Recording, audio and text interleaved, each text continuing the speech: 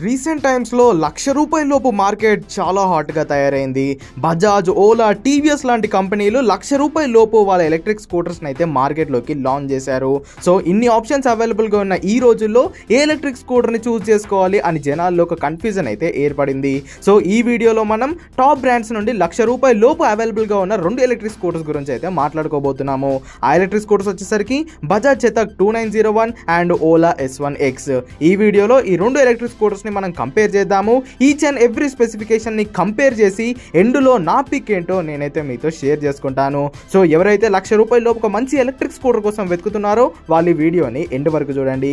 వీడియోలోకి వెళ్ళే ముందు నా పేరు Aditya Venu and welcome to EV Telugu.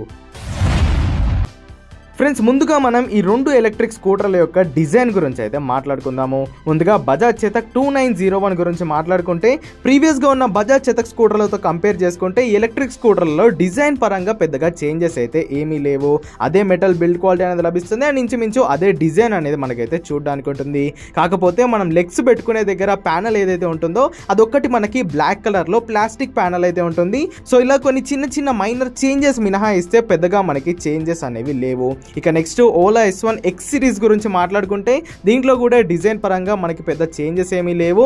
Ola S1 Pro, Ola S1 Aero, Ola S1X Plus, ఈ ఓలా S1X ఎలక్ట్రిక్ స్కూటర్ని పక్కన పెడితే మనకి పెద్దగా చేంజెస్ అయితే చూడడానికి ఉండవు. డిస్ప్లే పరంగానే మనకి దీంట్లో చేంజ్ అయితే ఉంటుంది. ఇక బిల్డ్ క్వాలిటీ విషయానికి వచ్చేస్తే బజాజ్ చేతక్ 2901 ₹1,00,000 లోపు మనకి అవైలబుల్గా ఉన్న బిల్డ్ క్వాలిటీ పరంగా కంపెనీ వాళ్ళు ఎక్కడ కాంప్రమైజ్ అయితే అవ్వలేదు.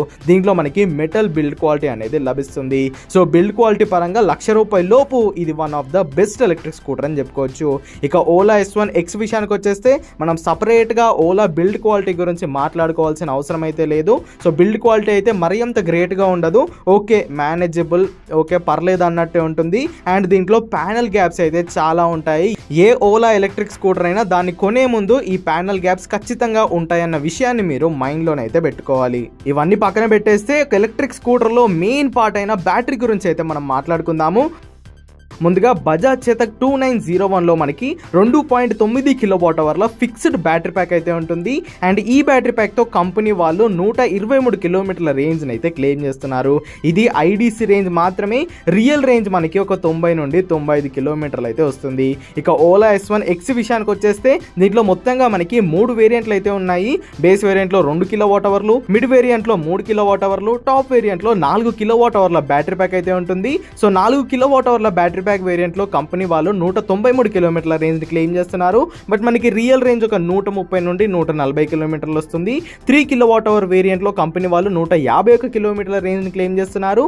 రియల్ రేంజ్ మనకి 100 నుండి 120 కిలోమీటర్లు వస్తుంది. ఇక ఫైనల్ గా 2 kWh వేరియంట్ లో కంపెనీ వాళ్ళు 95 కిలోమీటర్ల రేంజ్ ని అయితే క్లెయిమ్ చేస్తున్నారు.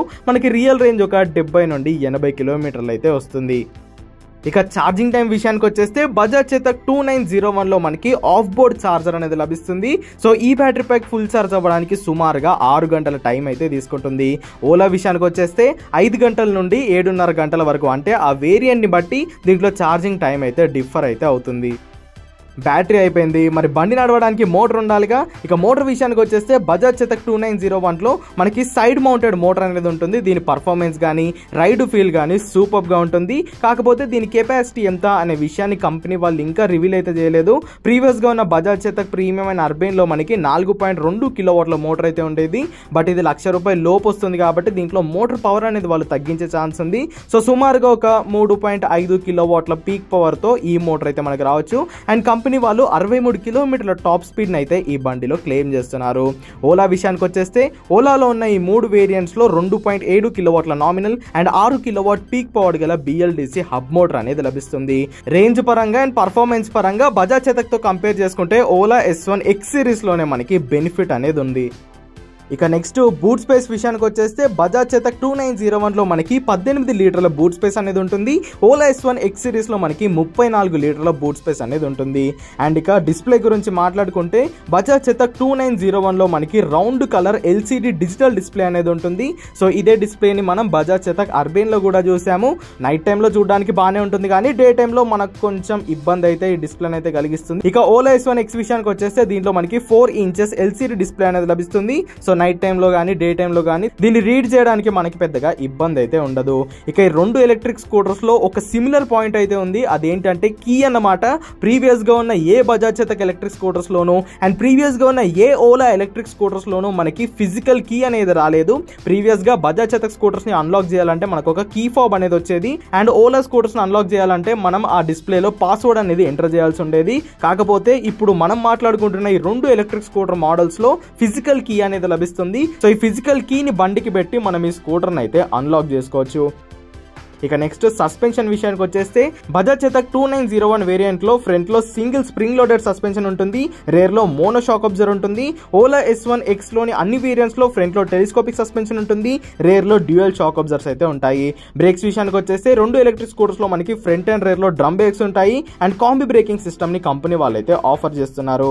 వారంటీ విషయానికి వచ్చేస్తే బజాజ్ చేతక్ 2901 లో మనకి 3 సంవత్సరాల స్టాండర్డ్ వారంటీ ఉంటుంది అండ్ కావాలనుకుంటే కొన్ని డబ్బులు ఎక్స్ట్రా పే చేసి ఎక్స్ట్రా 2 years వారంటీ కూడా తీసుకోవచ్చు. ఓలా విషయానికి వచ్చేస్తే ఓలా ఎలక్ట్రిక్ స్కూటర్స్ లో ఉండే అన్ని పార్ట్స్ పైన మనకి 3 సంవత్సరాల స్టాండర్డ్ వారంటీ ఉంటుంది. కాకపోతే బ్యాటరీ పైన మాత్రం 8 సంవత్సరాల వారంటీని ఓలా వాళ్ళైతే ఆఫర్ చేస్తున్నారు. ఇక ఫైనల్ గా సర్వీస్ గురించి మాట్లాడుకుంటే బజాజ్ చేతక్ 2901 అంటే ఈ బజాజ్ చేతక్ షోరూమ్స్ ఏవైతే ఉన్నాయో ఈ రోజుల్లో ప్రతి సిటీలో వీలైతే ఈ షోరూమ్స్ అయితే ఓపెన్ చేస్తున్నారు. ప్రస్తుతం టైర్ 1 టైర్ 2 సిటీస్ కి బజాజ్ చేతక్ స్కూటర్స్ అయితే వచ్చేసాయి అండ్ త్వరలోనే టైర్ 3 సిటీస్ లో కూడా మనం ఈ స్కూటర్స్ అయితే ఎక్స్పెక్ట్ చేయొచ్చు.